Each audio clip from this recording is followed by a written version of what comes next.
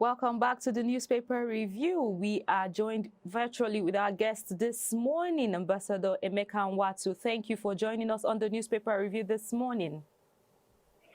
Thank you so much for having me. Good morning, everyone. I'd like us to talk about Nigeria's education reforms, the challenges and way forward. We have seen in the news this morning that the school feeding program suffers setback, and some states are looking at vendors not showing up. According to the reports we have here on the papers this morning, Benue, Cross River, Akwa Ibom, Ogun, Enugu, Bauchi, and Kano states, about 7 states already missing in action. What do you think is the way forward? Okay, well, thank you very much. First of all, I would even want to ask, is the program still going on? Because for me, it's been a long time I heard about the program. So that itself has brought a lot of credibility as to whether or not the originators of that program still deems it wise or fit to continue with the program. Well, having said that, you recall that the school feeding program was part of the federal government food welfare plan that was integrated in the Federal Ministry of Humanitarian Affairs and Disaster Management. So, for me, it was a well-thought program because of the fact that it tends to bring about inclusiveness and then promote school attendance, like promote people come to school and get involved, pulling students, children out of the streets to encourage them to come to school. But what I don't like about the program is the fact federal government, which is a central body, will stay in Abuja and come up with modalities for how people in rural areas, communities, will be fed. Because these schools are, by their character and dispositions, located in rural areas. Okay. So for me, I think I would have prepared that program was domiciled with state governments, particularly local governments, so that the implementation will be more robust. You know, so but by and large, there is always going to be something like this because of the Nigerian factor. Now, government needs to come out clean and tell us if they want to continue with this program. Now, if they want to continue with the program, the system should change. It should change because vendors will continue to complain, cooks will not be paid, and contractors will not be paid. When you say the system, I'm sorry to butt in, but when you say the system should change, what exactly are you speaking of? You've mentioned that some vendors may not be paid, but how about, the children?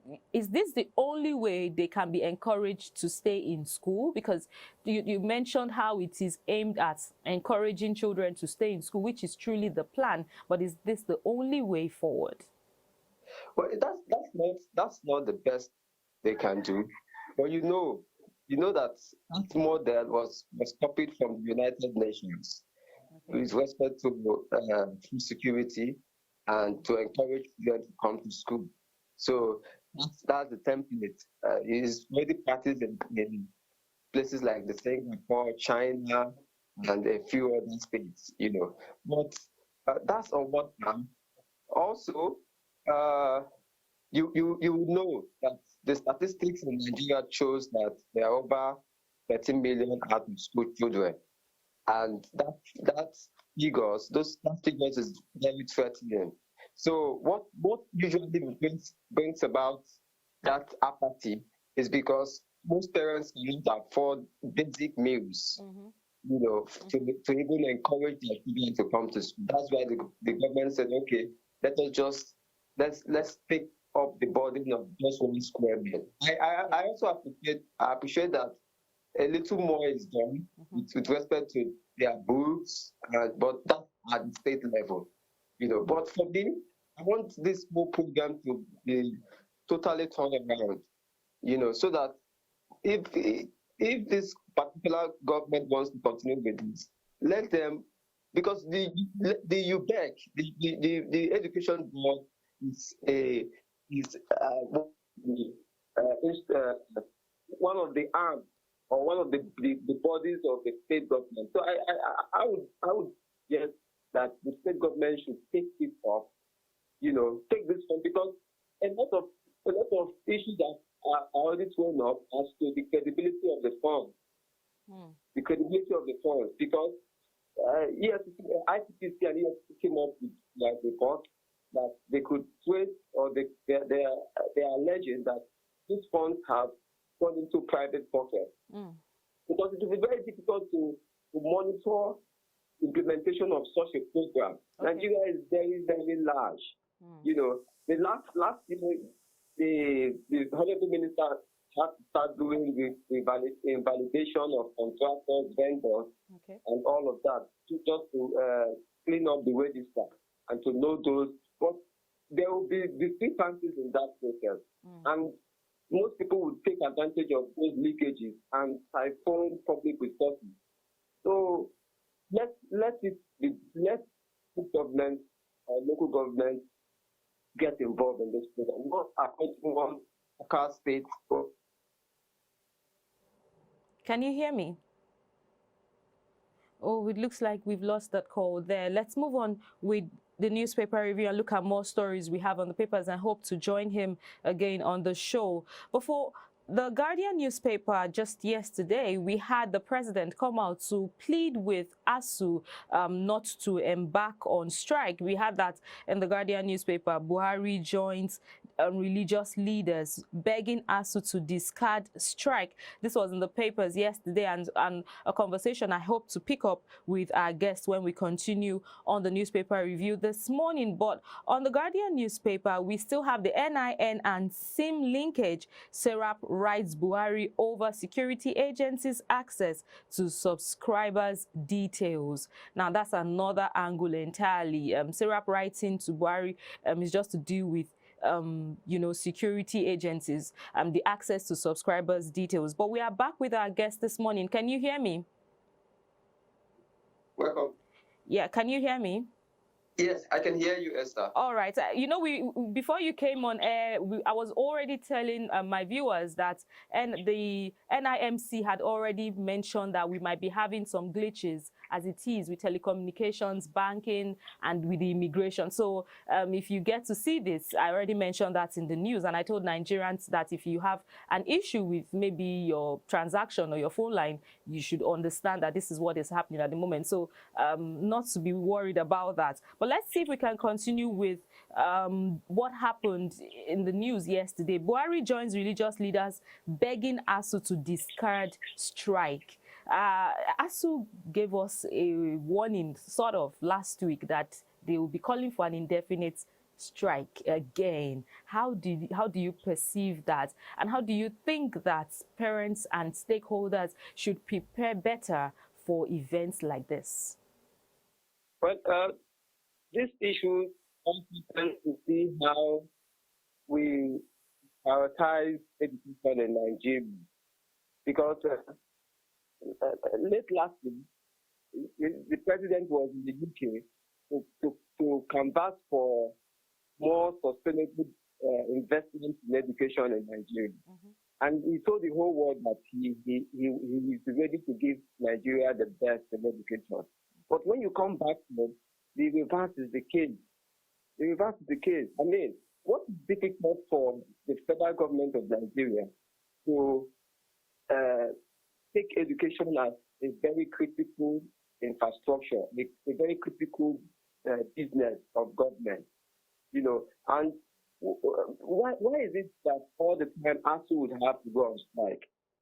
And that's one of the things Nigerians are saying, that this most politicians or this government don't take education serious. Well, And according to this particular, can you hear me? According to this particular headline, I can see that the president commenced this week under review with a promise that the federal government would honor promises made to the academic staff union of universities. So don't you think it would be too for us to know what he thinks right now, what the results would be right now? Don't you think it might be quick for us to conclude? Because I'm even looking at how we should even prepare better for announcements like this coming from ASU or from any other union in the educational sector.